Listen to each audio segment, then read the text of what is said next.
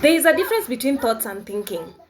And a lot of anxiety sufferers don't know how to differentiate between thoughts and thinking. Thoughts are just random suggestions from the brain. And most people, when I was struggling with anxiety, I had a lot of what if thoughts. What if I go crazy? What if I harm people around me? What if this is not anxiety, I'm dealing with something else? What if, what if, what if? And a lot of anxiety sufferers struggle with scary what if thoughts, because those thoughts are really scary. So a thought is when, like, for example, what if I go crazy?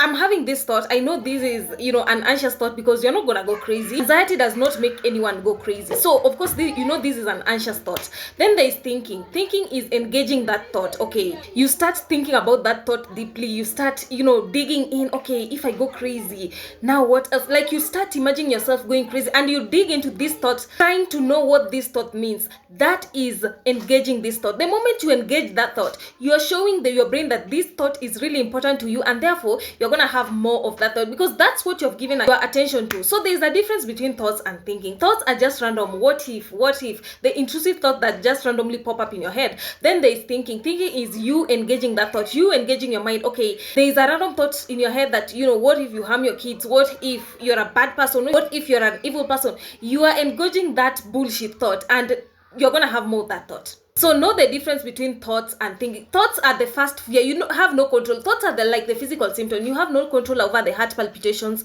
You have no control over the headaches, they just come. But thinking is entirely in your control. You are the one who decides, like, do I need to engage this thought? Do I need to just let this thought be? When you choose to let it be, that's the beginning of your healing. Anxious thoughts are just, they're just noise in the background. When you let them be, when you don't engage them, they're gonna fade away really fast before you knowing it. So choose your heart.